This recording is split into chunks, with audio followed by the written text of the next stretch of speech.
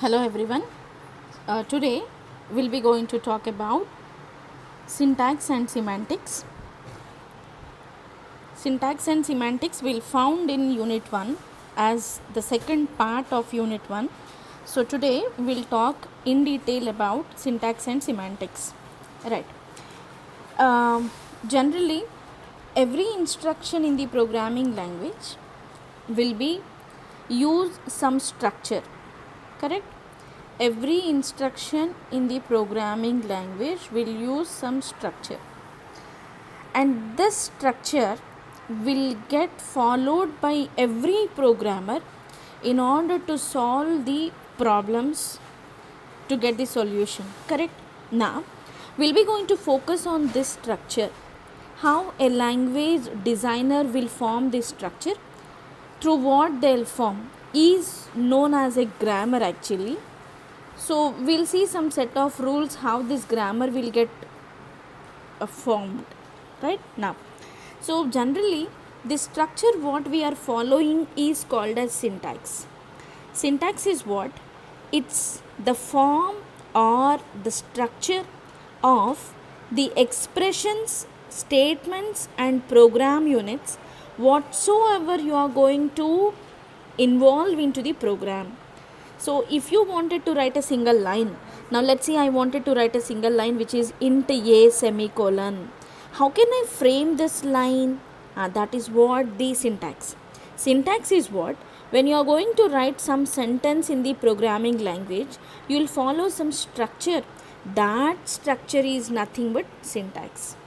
And semantics is what? The meaning of the expression, the meaning of the statement, the meaning of this program unit, whatever you are writing, the meaning of it is called as semantics. And as far as exam is concerned, end semester examination is concerned, this two are very important. You can see these two for short questions. Short question and answers, you will see this question. Right. And the next thing is about syntax and semantics provide language definition. Whatsoever syntax, semantics we were discussed, this. Now it will give you language definition. And what it will give you apart who must use language definition? Language definition is given by syntax and semantics. Who must use is language designer will use, implementers. If I wanted to implement this line, that I will use, and the programmers. So all these categorical people will use the language definitions. Language definitions are nothing but syntax and semantics. And the next is, there are certain things which are gives you description of the syntax, and there are certain things you can see here some, and these will describe you the syntax. Now a sentence is a string of characters over some alphabet. Now just the moment I wrote some line of code, right, int a semicolon I wrote, నేను ఇప్పుడు రాసిన కదా ఇక్కడ ఇంట్ ఏ semicolon అని, నేను దీన్ని ఏమంటున్నాము, ఇది ఒక లైన్, ఇది ఒక స్టేట్మెంట్. ఏదైనా ఒక లాంగ్వేజ్లో ఇది ఒక స్టేట్మెంట్. ఈ స్టేట్మెంట్ని దేన్ని ఏ స్ట్రక్చర్ ఆధారంగా రాసుకున్నామో దాన్ని మనం సింటాక్స్ అంటాం. దీనివల్ల వచ్చే మీనింగ్ ఏమంటామంటే సిమాంటిక్ అని అంటాం. ఇప్పుడు సింటాక్స్ని ఎలా డిస్క్రైబ్ చేస్తాము అనేది మనం చెప్పుకుంటున్నాం. సింటాక్స్ని ఎట్లా డిస్క్రైబ్ చేస్తామంటే, ఇది ఒక సెంటెన్స్గా తీసుకుంటే ఈ సెంటెన్స్లో మనకి ఏం కనిపిస్తున్నాయి, ఆల్ఫాబెట్స్ కనిపిస్తున్నాయి. Okay, so a sentence is a string of characters over some alphabet. Now a language is set of sentences. If you see C language, what you will find out? You will find out many sentences, and all the sentences will have some characters. And a lexeme is the lowest level syntactic unit of a language, and that star, sum, begin, these are all lexemes. A token is a category of lexemes, example identifier. There is a lot difference in between tokens and lexemes. This is also short question. ఇక్కడ కూడా ఒక short question ఉంటుంది. Short question ఏంటంటే లెక్సిమ్కి టోకెన్కి difference ఏంటి అనేది ఒక short question మనం చూద్దాం. we'll definitely discuss about the difference through some example. We'll see. Okay. The next is what? Formal approaches to describe the syntax. The formal approaches are language recognizers, language generators. Now, when you wanted to approach a description of the syntax, we'll commonly find recognizers and generators. Recognizer is what? It is used in compilers. Generators are what we will study. Now, context free grammar. I'll give a definition for language recognizers. That is, a recognition device reads input strings of the language and decides whether the input strings belong to the language. Example, syntax analysis part of a compiler. And language generator is what? A device that generates sentences of a language. Language generator is the device which generates sentences of a language. One can determine if the syntax of a particular sentence is correct by comparing it to the structure of the generator. Now, there are formal methods to describe the syntax. Okay. There are formal methods to describe the syntax, and one among it is BNF, and the other one is EBNF. That also we'll discuss. BNF is what? It is a formal method to describe the syntax. Now, what is this BNF? BNF stands for Backus normal form. Backus normal form. And this year will gives you a knowledge that it is introduced in that year, and it is invented by John Backus and to describe Algol 58. So just now we come to know this, right? So language definition, every language will get defined by what? Syntax, correct? So Algol 58, if it is a language, it has to be defined by a syntax, and that the syntax is what? BNF. So BNF is exactly equal to context free grammar, and it is a meta language. Meta language is what? Language about the language. If I write a single line over here, it also have some more statement to define. So that is what actually a meta language. Now, so what is BNF? This is long question. BNF is long question. In BNF, abstractions are used to represent classes of syntactic structures. There is a term which is abstraction. Abstraction means which will be written in between of two angular brackets. Now, when while statement is kept in between of two angular brackets, this is called as abstraction. So why abstractions are? These are used to represent classes of syntactic structures, and they act like syntactic variables, which are also called as non-terminal symbols. And while do this is a rule. It describes the structure of a while statement. So from this part we should understand abstraction is to represent a classes of syntactic structures. And here you can see the other rule. A rule has a left hand side and right hand side. So now look at this. These are what abstractions.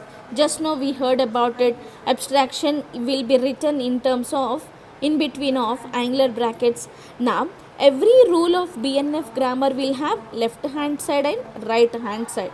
So left hand side will be it consists of terminals and non-terminal symbols. A grammar is a finite non-empty set of rules. An abstraction non-terminal symbol can have more than one RHS. These are what rules of the grammar, how BNF will be appeared. Now you can see identifier list. What is this called as? Abstraction. and this will get produced some more statements. As we said here, an abstraction can have more than one RHS. Now it is an abstraction which will have more than one RHS. What we will do with this? We will derive until it get a non-terminal. A derivation is a repeated application of rules starting with the start symbol and ending with a sentence. All terminal symbols. When you got all terminal symbols, will end the procedure of derivation. Now you can see this one, an example BNF grammar. In your end semester examination point of view, you are suggested to write even this grammar. ఎగ్జామ్లో మీకు ఈ grammar ఇచ్చి derivation చెయ్యమంటే చెయ్యాలి. ఒకవేళ మీకు grammar ఏమి ఇవ్వకపోయినా ఈ గ్రామర్ని మీరు ఎగ్జాంపుల్గా తీసుకోవాలి. అంటే ఇది మీరు గుర్తుపెట్టుకోవాలి. ఇది గుర్తుపెట్టుకోవడానికి మీరేం దీన్ని బట్టి పట్టాల్సిన పని లేదు. మనకి ఒక సెన్స్ నాలెడ్జ్ ఉంది. ఒక ప్రోగ్రామర్గా, ఒక థర్డ్ ఇయర్ స్టూడెంట్గా. ప్రోగ్రామ్ అంటే అర్థం ఏంటి? స్టేట్మెంట్స్. స్టేట్మెంట్స్ అంటే అర్థం ఏంటి? సింగిల్ స్టేట్మెంట్ అయి ఉండొచ్చు, లేదంటే ఎక్కువ స్టేట్మెంట్స్ కూడా ఉండొచ్చు. ఒకవేళ అది స్టేట్మెంటే అయితే ఆ స్టేట్మెంట్ని నేను variable is equal to expression అని తీసుకుంటున్నాను. ఇది మాత్రం ఖచ్చితంగా గుర్తుపెట్టుకోవాలి. ఎప్పుడైతే నేను ప్రోగ్రామ్ని డెరివేట్ చేస్తున్నానో దీన్ని ఏమంటామంటే గ్రామర్ డెరివేషన్ అని పిలుస్తాం. ఇక్కడ మనకు ఏదైతే కనిపిస్తుందో దీన్ని బిఎన్ఎఫ్ గ్రామర్ అంటాము. అలాగే ఇక్కడ మనం చేసే ప్రాసెస్ ఏంటి అంటే డెరివేషన్ చేస్తున్నాం మనం. దీన్ని ఏమంటాం? డిరైవింగ్ ది బిఎన్ఎఫ్ గ్రామర్ అని పిలుస్తాం. Deriving the BNF grammar. Okay, right. నా స్టేట్మెంట్ అంటే అర్థం ఏంటి? Variable is equal to expression. ఇప్పుడు మళ్ళీ వేరియబుల్ ఈజ్ ఈక్వల్ టు అని ఎందుకు రాసుకుంటున్నామంటే ఇది ఒక అబ్స్ట్రాక్షన్. అబ్స్ట్రాక్షన్ అంటే అర్థం ఏంటంటే ఏదైతే డెరివేషన్ అవ్వడానికి ఉంటుందో దాన్ని మనం అబ్స్ట్రాక్షన్ అంటాం.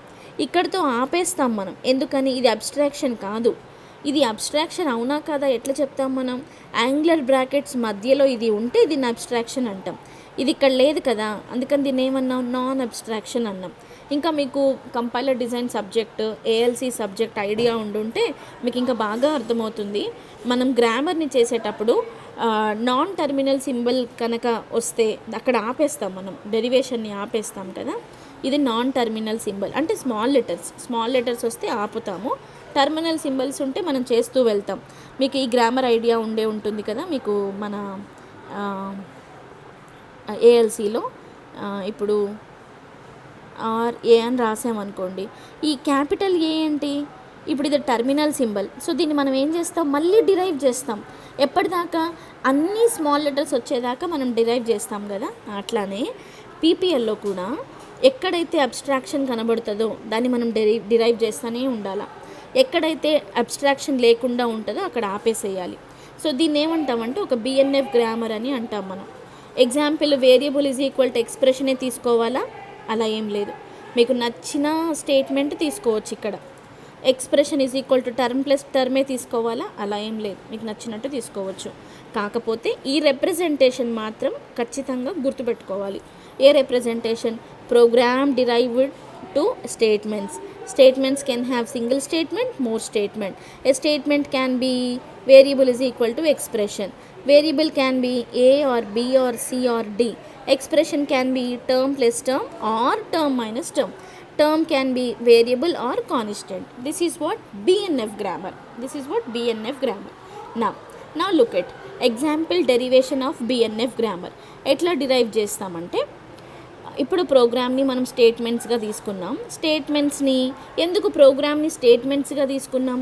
మనకిచ్చిన రూల్లో ప్రోగ్రామ్ అంటే స్టేట్మెంట్స్ అని ఉంది కాబట్టి స్టేట్మెంట్స్ అని తీసుకున్నాం. సో స్టేట్మెంట్స్ని ఏమని తీసుకోవాలి? స్టేట్మెంట్ అని తీసుకోవాలి. కాబట్టి ఇక్కడ మళ్ళీ మనం స్టేట్మెంట్ అని తీసుకున్నాం. స్టేట్మెంట్ ఈజ్ ఈక్వల్ టు ఇందాక ఇచ్చిన బిఎన్ఎఫ్ గ్రామర్ రూల్స్లో ఏముంది? స్టేట్మెంట్ అంటే variable is equal to expression అని ఉంది.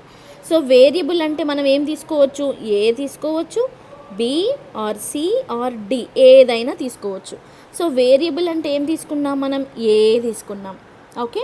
అండ్ ఇంకొక కండిషన్ కూడా బిఎన్ఎఫ్ డెరివేషన్లో గుర్తుపెట్టుకోవాలి. ఒక లైన్లో ఒక్కసారి మాత్రమే అబ్స్ట్రాక్షన్ని మనము ప్రొడక్షన్ చేస్తాం. అంటే ఇక్కడ రెండు ఉన్నాయి కదండి, వేరియబుల్ ఉంది, ఎక్స్ప్రెషన్ ఉంది, రెండు కూడా అబ్స్ట్రాక్షన్సే. రెండు ఒకేసారి సబ్స్టిట్యూషన్ చేయకూడదు.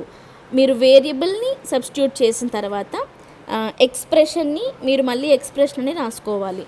ఇక్కడ నేను ప్లేస్ లేదు కాబట్టి ఇలా తీసుకున్నాను.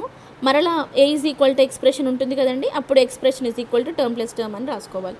ఇప్పుడు term is equal to variable. మళ్ళీ ఇక్కడ చూడండి, టర్మ్ యాజ్ ఇట్ ఈజ్ వచ్చింది చూడండి. అన్నీ ఒకేసారి సబ్స్టిట్యూట్ చేయకండి. ఓకే, ఎందుకు ఇలా చేయాలో మీకు ఎక్కడ తెలుస్తుంది అంటే, మనం 4th యూనిట్లో దీని గురించి కాంకరెన్సీ గురించి మాట్లాడుకుంటాం. So when you are talking about concurrency, why the reason we should not substitute this all things at a time. Okay, right. Now a is equal to variable plus term. Variable is what? I can take any of the variable. As variable is a, b, c, d, I can take anything. Now I am taking b. And term a is equal to b plus constant is this is what derivation of the grammar. So it is not that point that exactly this only acceptable by that grammar. No. So what sentences can be accepted by the grammar?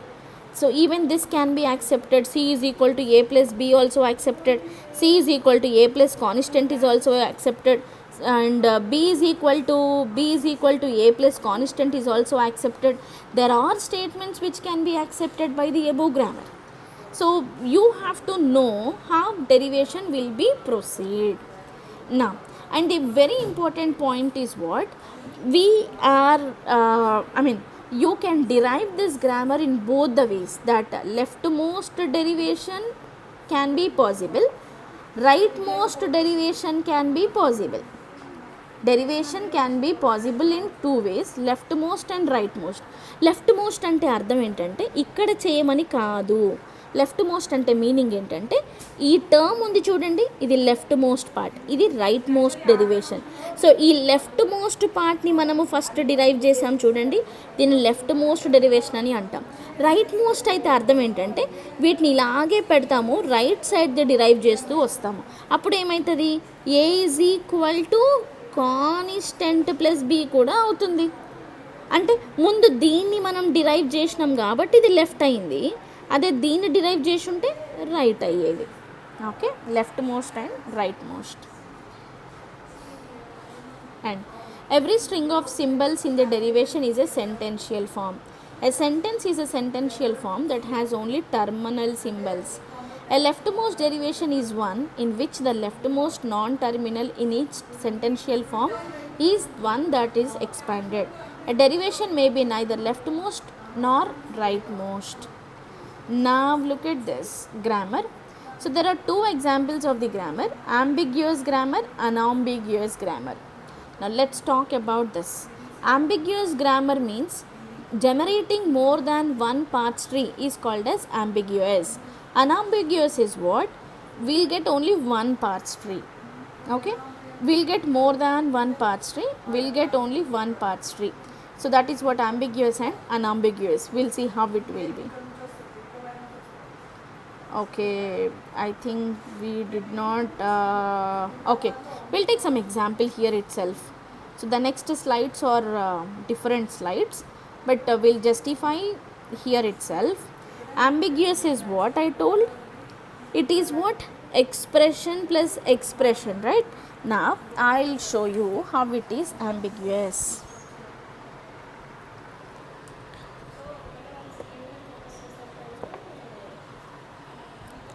So what I told you, ambiguous in the sense, so that we will have more than one parts tree.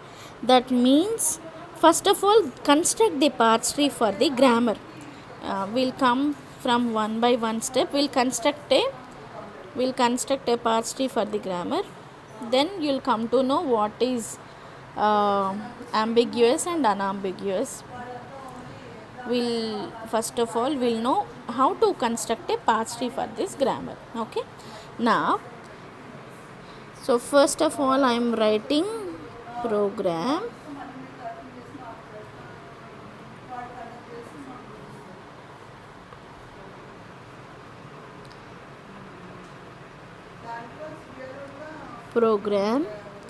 Now the parts tree statements, from this statement and from this equal to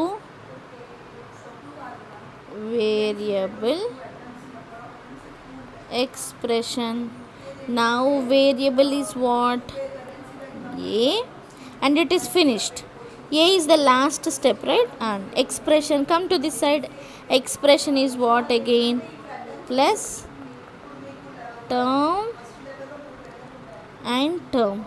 Now this term will be written as variable and this is again written as term, and variable is what? B, and this term is what? Constant. So this is what actually parts tree for this grammar. It is parts tree for this grammar. Now if you can generate more than one parts tree, it is ambiguous. అంటే అర్థం ఏంటంటే ఇక్కడ term plus term అని ఉంది కదా, ఇప్పుడు ఈ టర్మ్ని మనము ఎక్స్పాండ్ చేస్తే ఒక ట్రీ వస్తుంది, ఈ టర్మ్ని ఎక్స్పాండ్ చేస్తే ఇంకొక ట్రీ వస్తుంది. సో దాన్ని మనం ఇక్కడ అంబిగ్యూస్ అని పిలిచినాం. ఇక్కడ చూడండి, ఎక్స్ప్రెషన్ ప్లస్ ఎక్స్ప్రెషన్. మళ్ళీ ఈ ఎక్స్ప్రెషన్ని ఏం రాయొచ్చు? ఎక్స్ప్రెషన్ ప్లస్ కాన్స్టెంట్ కదా. సో మనకి ఇక్కడ 2 ట్రీస్ వస్తాయి. ఎలాగో చూద్దాం మనం. ఎక్స్ప్రెషన్ని ఏమని రాసుకోవచ్చు? ఎక్స్ప్రెషన్. ఓకే, సో ఆపరేటర్ ఉండాలి కదండి, అందుకని ఎక్స్ప్రెషన్ని ఎక్స్ప్రెషన్ ప్లస్ ఎక్స్ప్రెషన్ అని రాస్తాం. ఇప్పుడు ఈ ఎక్స్ప్రెషన్కి ఏం రాస్తున్నా నేను? Expression. Okay, expression plus constant అని రాస్తాం. ప్లస్ ఎక్స్ప్రెషన్ కాన్స్టెంట్ కదా. ఓకే, ఇప్పుడు ఇక్కడున్న ఎక్స్ప్రెషన్కి బదులు నేను మళ్ళీ ఏం రాస్తున్నాను? మళ్ళీ ఇక్కడ ఇది ఎక్స్ప్రెషన్ ప్లస్ కాన్స్టెంట్ కదా. ఇక్కడ ఉన్న ఎక్స్ప్రెషన్కి బదులు మళ్ళీ ఏం రాస్తాను నేను? మళ్ళీ ఎక్స్ప్రెషన్ ప్లస్ ఎక్స్ప్రెషన్ కదండి. ఇక్కడ కూడా మళ్ళీ ఎక్స్ప్రెషన్ ప్లస్ ఎక్స్ప్రెషన్. సో మీ దీంట్లో ఈ ఎక్స్ప్రెషన్కి బదులు ఇంకొక ఈ పార్ట్స్ ట్రీ కాకుండా ఇంకొక పార్ట్స్ ట్రీ కూడా వస్తుంది. ఆ పార్ట్స్ ట్రీలో ఇప్పుడు ఇంకొక డిఫరెంట్ పార్ట్స్ ట్రీ చేస్తా చూడండి. Expression plus expression, expression plus expression plus expression. Now let's see how we'll get 2 parts trees. It's not mean that we'll get only 2 parts trees, but it is the mean that we'll get more than of 1 parts tree. Now, so earlier we were expanded this left side grammar, right? Now I'm going for this grammar. Now I'll be deriving this parts tree. So expression and plus constant. Now let's see. So here I'm getting one more parts tree which is not the earlier one. Now this expression again, what we can write something, expression is what? Constant, right? Now because here it is written expression can be expression plus constant or it can be constant. So in the place of expression I am taking constant. For only one grammar we could able to generate more than one parts tree. Then this is called as here ambiguous. So this is called as what? This is called as what? Ambiguous. So instead of writing instead of drawing the parts tree, you can also recognize ambiguous grammar by with the సెంటెన్స్ని చూసి మనం ambiguous అని చెప్పడానికి ఉంటుంది. అది ఎట్లా అంటే left side ఉన్న అబ్స్ట్రాక్షనే మనకి రైట్ సైడ్లో కూడా అపియర్ అయిందనుకోండి, అది అంబిగ్యూస్ అయ్యే ఛాన్స్ ఉంటుంది. బికాజ్ ఇట్ సైడ్ అయినా ఎవాల్యుయేట్ అవుతుంది, ఇట్ సైడ్ అయినా ఎవాల్యుయేట్ అవుతుంది, కాబట్టి దాన్ని మనం అంబిగ్యూస్ అని అంటాం. సో ఈ వీడియోలో మనము 2 షార్ట్ క్వశ్చన్స్ చూసాము, ఒక లాంగ్ క్వశ్చన్ చూసాము. ఇక్కడ ఇంకొక షార్ట్ క్వశ్చన్ మనం మిస్ అయ్యాము. అదే ఇందాక మనం అనుకున్నాం కదా లెక్సీమ్ టోకెన్. సో అది కూడా ఒకసారి మనం చూసి క్లోజ్ చేద్దాం. లెక్సీమ్ అండ్ టోకెన్ సమ్వేర్ ఇక్కడ. సో లెక్సీమ్ అని వేటిని అంటాం, టోకెన్స్ అని వేటిని అంటాం, అది కూడా చూద్దాం మనం. ఓకే, ఫర్ ఎగ్జాంపుల్ ఒక స్టేట్మెంట్ తీసుకుందాము, ఒక sentence, index is equal to 2 plus count. This is one sentential form in the grammar. Now in this statement you should able to find out which are lexemes and which are tokens. Now lexemes are what? Lexeme is the lowest level syntactic unit of a language. That means star, sum, begin, all will be lexemes. That means what? Index is lexeme, equal to is lexeme, count is lexeme. Now 2 and plus are category of lexemes which are identifiers. So these are what? Tokens. Okay, so these are what? Lexemes and tokens. Remember only these two definitions against to some example to identify which are which are lexemes and which are tokens. So that's it. And next video will cover what is EBNF and conversion of BNF to EBNF. Okay, thank you all.